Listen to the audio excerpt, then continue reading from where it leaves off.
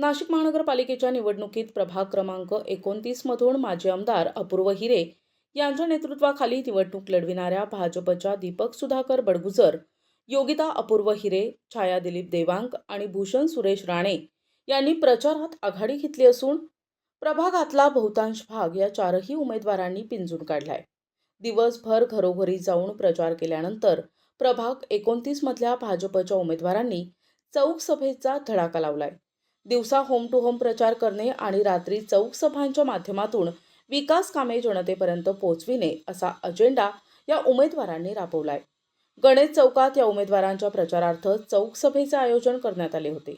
या चौक सभेला माजी आमदार अपूर्व हिरे, माजी मंडळ अध्यक्ष शिवाजी बर्के, युवा मोर्चा मंडळ अध्यक्ष राहुल कानकाटे, राजपूत सर व्यासपीठावर उपस्थित होते।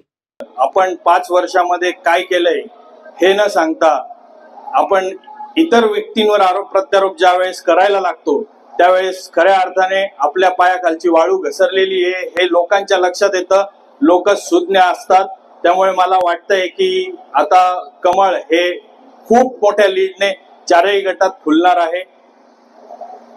त्या व्यक्तीविषयी मी एकच वाक्यात आपल्याला बोलेन, जास्त बोलणार नाही, कि कतलिया कई सांप बदल लेते हैं, पुण्य के आड़ में पाप बदल लेते हैं और लोग मतलब के लिए अपने बाप बदल लेते हैं। खरं तर भाऊ या प्रभागात या ठिकाणी काही मी समस्या फिरताना आम्ही चारही उमेदवारांना जाणवलेले आहे की समोर नाला आहे, त्या नाल्याचा विषय अत्यंत ज्वलंत आहे। पाण्याचा प्रश्न आहे, तर पाण्याचा प्रश्न आपण पुढील काळात आम्हाला मार्गदर्शन करून आपण कशा पद्धतीने सोडवायचा, ड्रेनेजचे आपल्याला व्यास वाढवून घ्यावा लागणार आहे। या सर्व गोष्टी मी आमचे सन्माननीय आदरणीय माजी आमदार अपूर्व भाऊ हिरे यांच्या समक्ष आपणास वचन देतो की आम्ही चारही उमेदवार या सर्व आपल्या समस्या पुढील काळात सोडवल्याशिवाय राहणार नाही। 4 ते 5 दिवसापासून एकत्रितरित्या प्रचार करतोय आणि प्रचार करत असताना काही ठिकाणी आम्हाला काही समस्या ऐकायला मिळाल्या आणि या भागातली एक पाण्याची समस्या आहे भाऊ। ती पाण्याची समस्या लक्षात घेता गेल्या 4 वर्षापूर्वी पेलिकन पार्क येथे आम्ही एक पाण्याच्या टाकीचं नियोजन केलं आणि ती टाकी आता पूर्णत्वास आलेली आहे। तिचं ज्या दिवशी आपली ही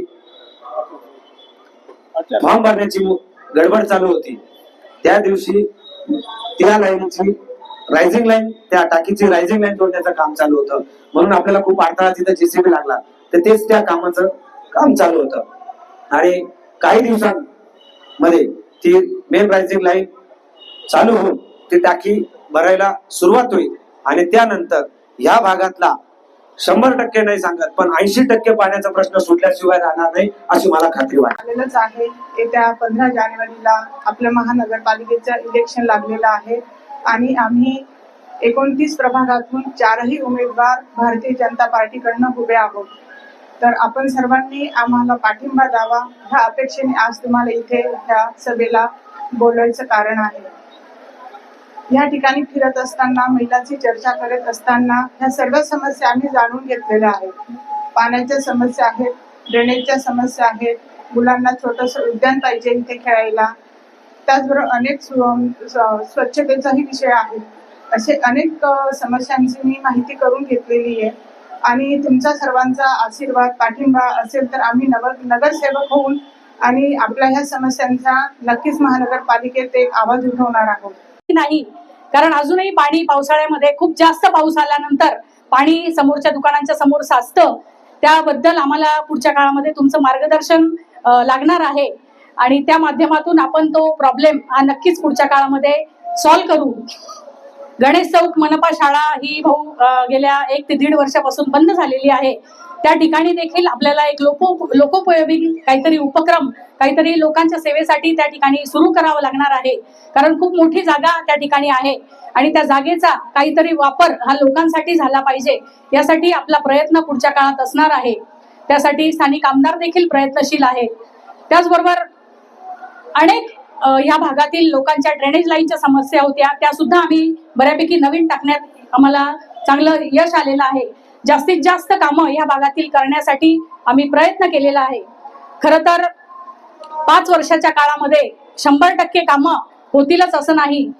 कुठेतरी कामं हे राहत असतात आणि नंतर 4 वर्ष प्रशासकीय काळ असल्यामुळे अनेक अडचणी या प्रलंबित आहेत. परंतु पुढच्या काळामध्ये आपण पुन्हा एकदा सेवेची संधी दिली तर नक्कीच आम्ही सर्व 4ही उमेदवार हे निवडून आल्यानंतर ह्या भागाचा विकास केल्याशिवाय स्वस्थ बसणार नाही. नाशिकचा प्रत्येक तरुण हा जर रोजगार मिळवण्यासाठी पुण्याला जाणार असेल, हा जर रोजगार मिळवण्यासाठी बेंगलोरला जाणार असेल, हा जर रोजगार मिळवण्यासाठी हैदराबादला जाणार असेल, तर काही दिवसांनी नाशिकमध्ये फक्त म्हातारे उरतील, सगळे तरुण बाहेर निघतील आणि पुणेकरांच्या पाठोपाठ पाठी लावण्याची पाळी आपल्यावर येईल. Nashik the city of senior citizens. आमच्या शहरात फक्त ज्येष्ठ नागरिक राहतात कारण आमची सगळी तरुण पिढी कामधंद्याला बाहेर पडली आहे. आमच्याकडे तरुण पिढीच नाहीये आणि ही पिढी आपल्या शहरामध्ये रोजगार जर कोण उपलब्ध करून देत असेल तर ते भारतीय जनता पक्षाचं सरकार करून देत आहे आणि म्हणून आपल्याला त्यांच्या पाठीमागं खंबीररित्या उभं राहिलं पाहिजे. आज आपली जी प्राथमिक गरज आहे, आपल्याला पहिलं गोष्ट काय केली पाहिजे तर या शहरामधली सत्ता, या महानगरपालिकेची सत्ता ही भारतीय जनता पक्षाची बसवली पाहिजे. या शहराचा महापौर भारतीय जनता पक्षाचा बसवला पाहिजे. तर खऱ्या अर्थानं आम्ही प्रगमामध्ये विकासाची कामं खेचून आणू शकणार आहोत. आज दीपक भाऊ बोलले किंवा हे सगळे उमेदवार भूषण भाऊ बोलले, हे सगळे बोलत असताना आपल्याला सांगत होते की आम्ही ड्रेनेजचे काम करू, आम्ही पाण्याचं काम करू, आम्ही टाकीचं उद्घाटन करू किंवा सुरू करू. पण हे कशाच्या जीवावर करू? आम्हाला जी सत्ता आपण भारतीय जनता पक्षाला महानगरपालिकेमध्ये देणार आहात याच्या बेसवर आम्ही करू शकणार आहोत. प्रतिनिधी उमेश अवणकर, दिशा न्यूज, नाशिक.